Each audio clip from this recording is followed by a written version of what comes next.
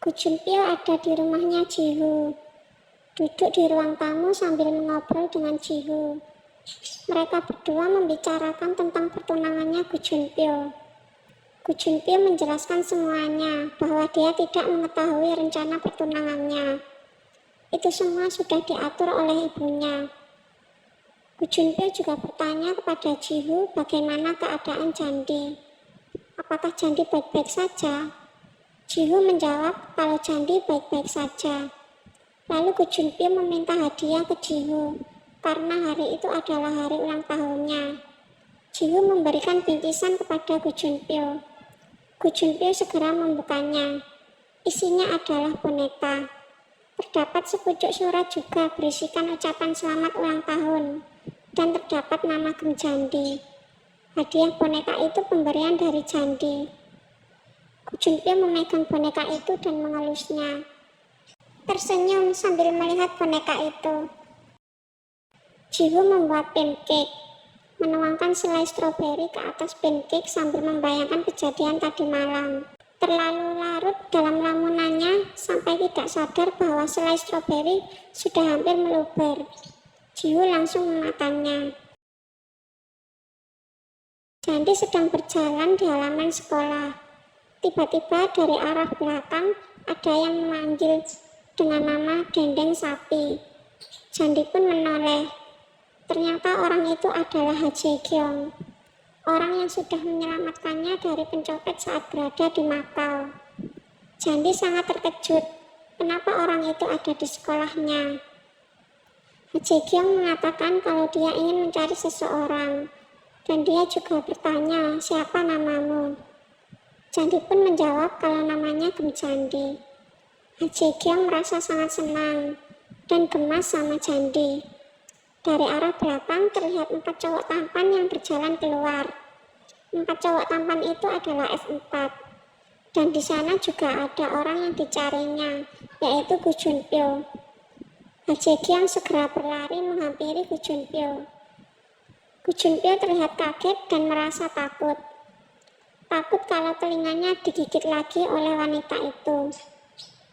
Di depan Junpyo dan teman-temannya, Ha Jae-kyung berkata dengan jelas bahwa namanya Ha Jae-kyung dan statusnya sebagai tunangan dari Gu Junpyo. Woo Bin-sunbe menghampiri Jandi, memberitahukannya bahwa mulai sekarang mereka akan kuliah di Shinhwa. Jandi merasa lemas di tempat kerjanya, menceritakan semuanya kepada Gaul.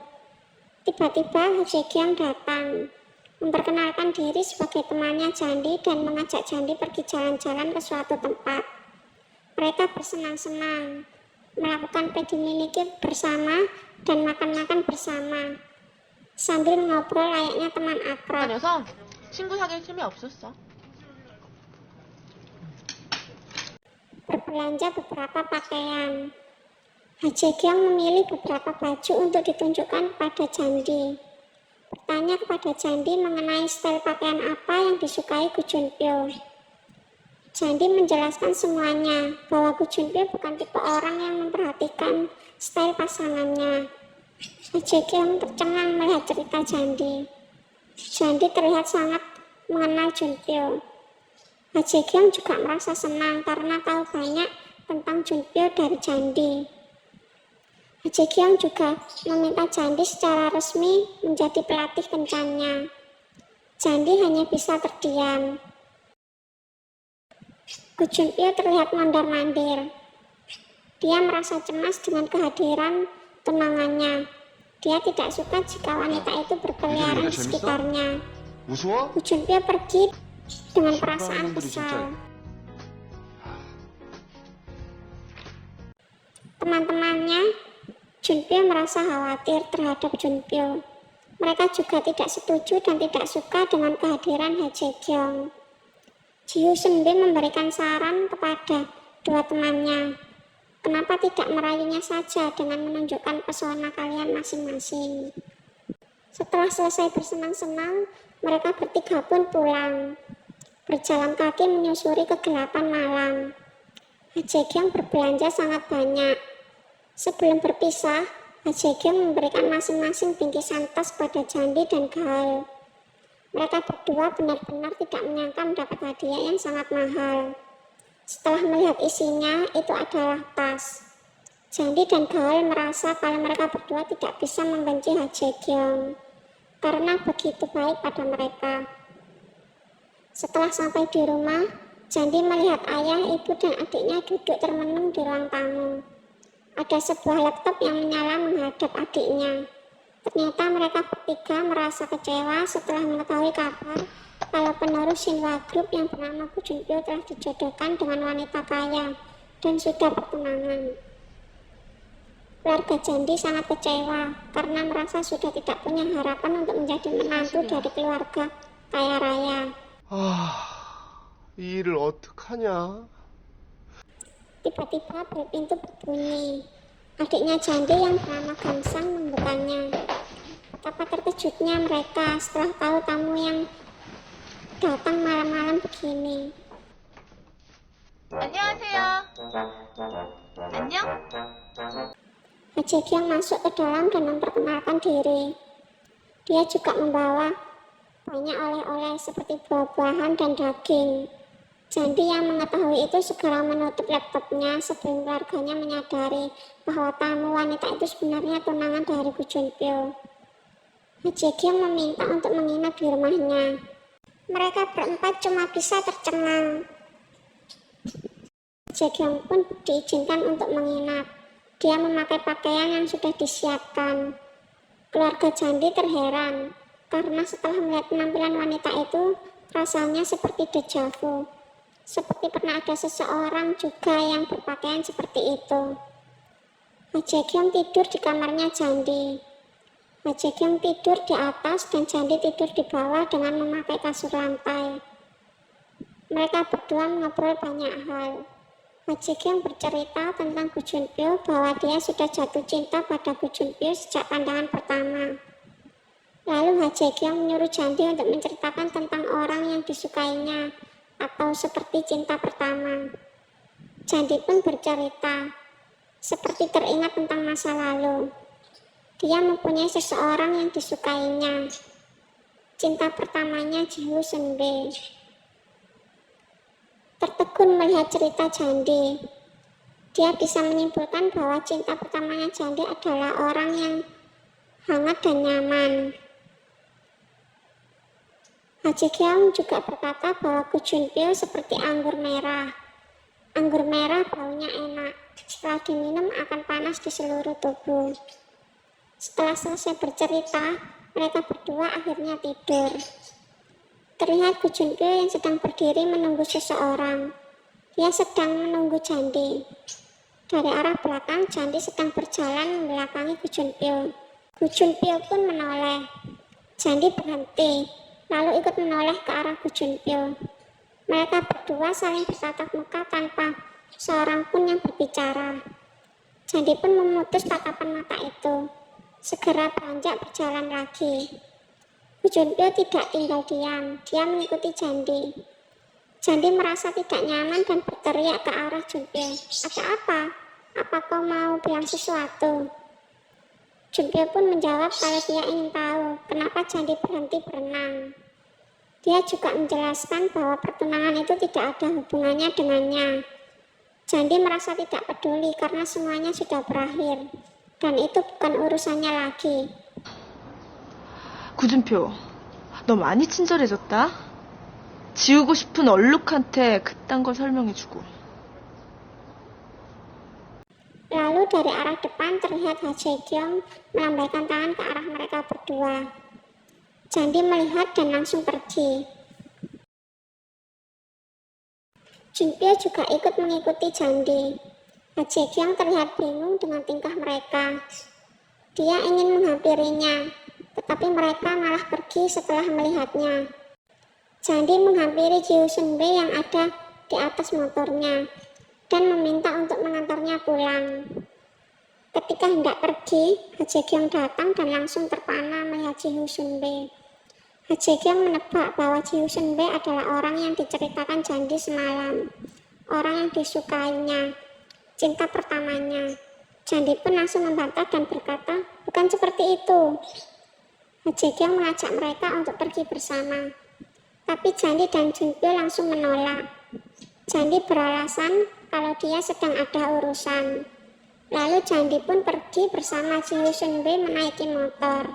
Kang, Junpyo merasa kesal dan langsung berjalan pergi. Jiho Sunbae mengantar Jandi ke klinik.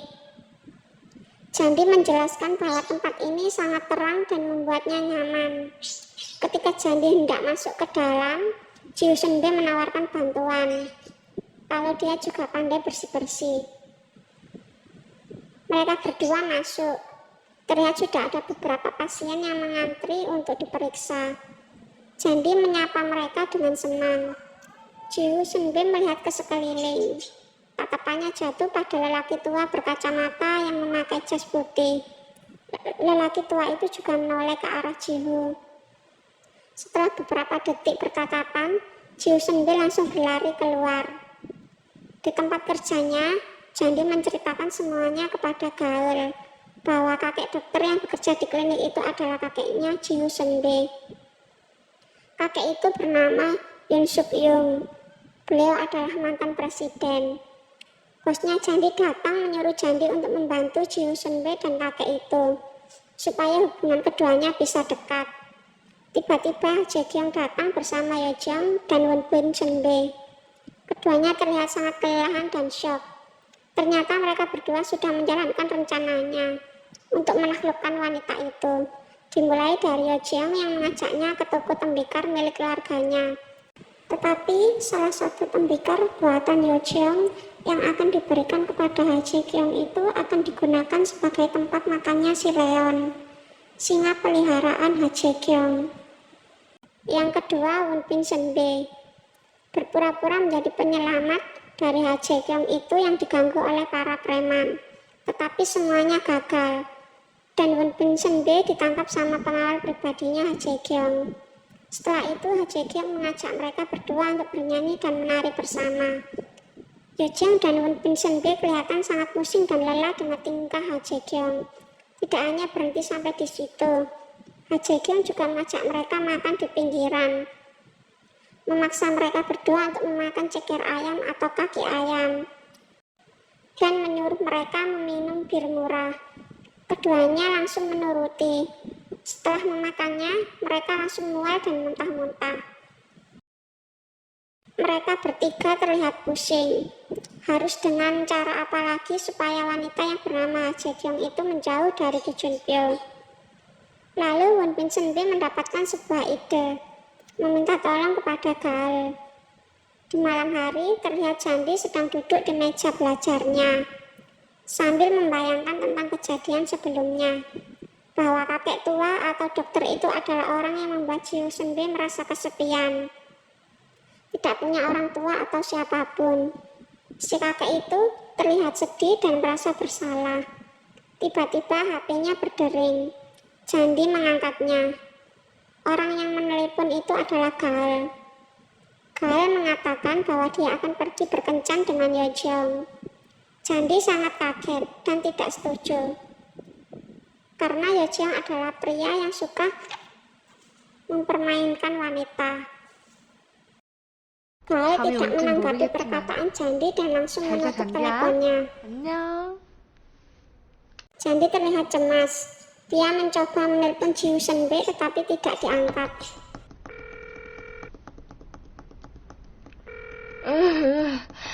지우 선배, 전화 좀 받아요, 제발.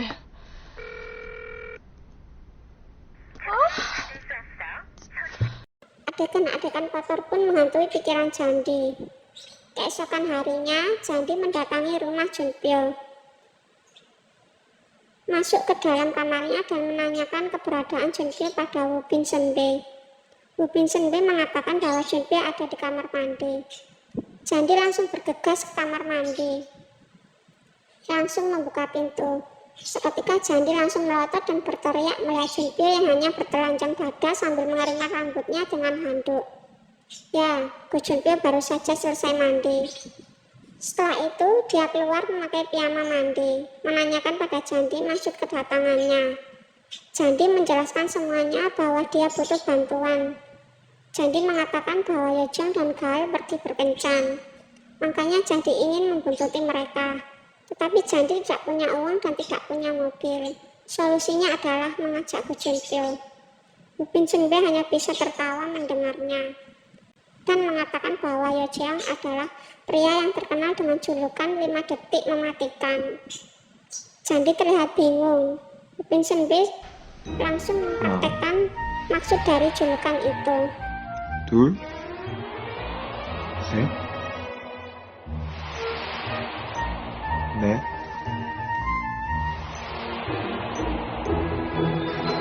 다섯. Jandi pun juga sudah membayangkan adegan itu. Go Junpyo mencoba menenangkan Jandi bahwa tidak perlu khawatir karena tipe wanita yang diinginkan Yejeong bukanlah seperti Gael. Tetapi perkataan Go Junpyo ditepis oleh Woo Bin Sunbae. Woo Bin Sunbae malah mengompori Jandi, mengatakan bahwa Yejeong tertarik dengan gadis seperti Gael. Jandi langsung membisikkan sesuatu ke telinga Junpyo. Terlihat Junpyo yang tidak mau menuruti Jandi. Tetapi Jandi tetap memaksa. Keesokan harinya mereka berdua membuntuti Yejeong dan Gael.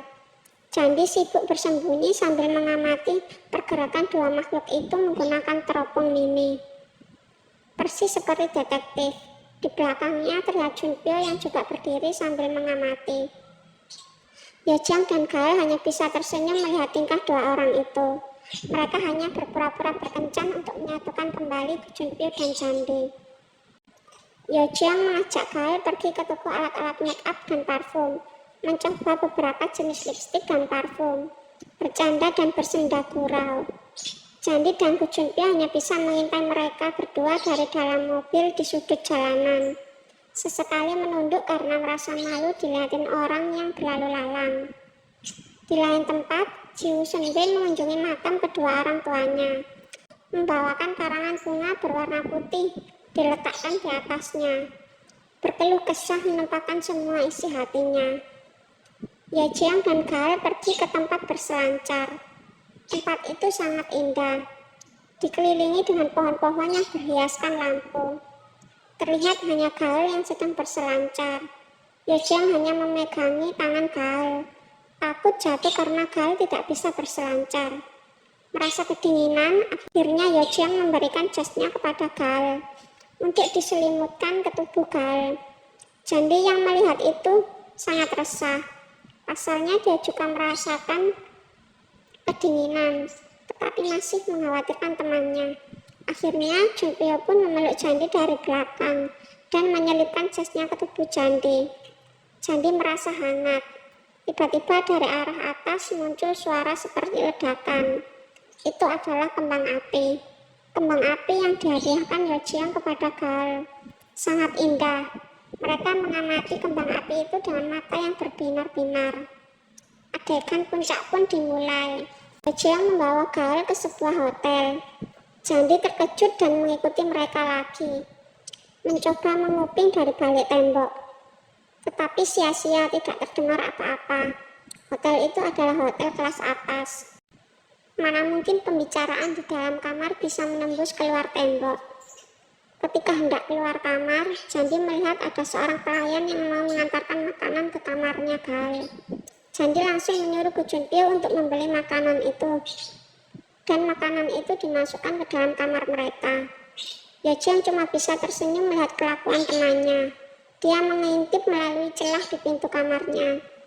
Mereka berdua merasa senang karena rencana mereka berhasil. Yejeong juga mengabarkan keberhasilan itu kepada Woo Bin Sunbae yang pada saat itu juga kebetulan sedang menelponnya. Setelah itu, mereka berdua meninggalkan kamar hotel. Jandi dan Junpyo hanya bisa duduk terdiam, terlihat canggung, memandangi makanan yang ada di depan. Hidangan makanan tersebut juga terlihat romantis. Ada lilin di atasnya. Mereka berdua mengobrol, membicarakan pertunangan Junpyo dan hadiah yang diberikan Jandi. Jandi mengucapkan selamat ulang tahun dan selamat karena sudah bertunangan kepada Go Junpyo. Sedangkan Go Junpyo mengucapkan terima kasih karena Jandi sudah memberikan hadiahnya. dan juga meminta Jandi tidak perlu merasa khawatir tentang pertunangan karena itu adalah urusannya. Mengingat pembicaraan sudah semakin berat, Jandi langsung memotong pembicaraan itu dengan dalih teringat dengan Gael. Jandi pun keluar kamar. Tiba-tiba dari arah samping muncullah ibunya Junpyo beserta sekretaris pribadi dan para pengawalnya. Jandi sangat terkejut melihat kedatangan mereka. Ibunya Junpyo menuduh dan berkata kasar pada Jandi. Muncullah Junpyo dari pintu kamar sebelah. Ibunya Junpyo langsung kaget. Ternyata anaknya ke hotel bersama dengan gadis miskin. Ibunya Junpyo terlihat marah. Ketika ingin menampar Jandi, tangannya ditahan oleh Bu Junpyo. Alhasil, Junpyo lah yang terkena tamparan itu. 그만두라고.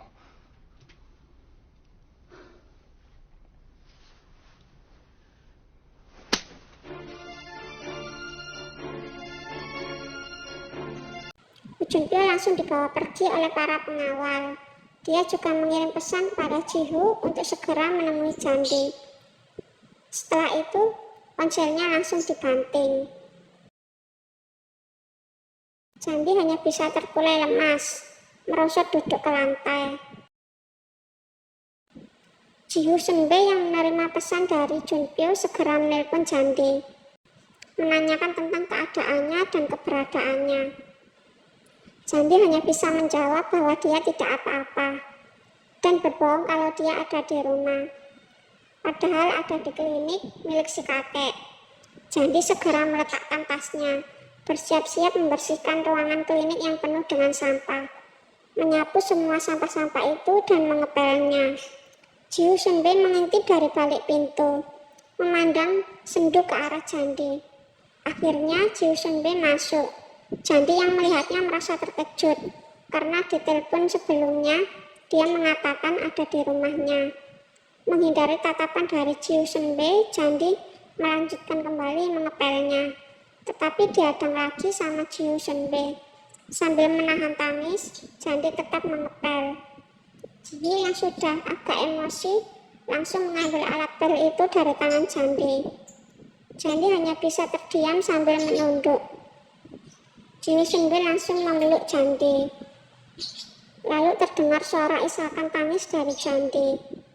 Jihu Sunbe menepuk-nepuk punggung Jandi, mencoba menenangkannya. Keesokan harinya, Jandi menuntun sepedanya di halaman sekolah. Dia hendak pulang, karena sekolah sudah usai.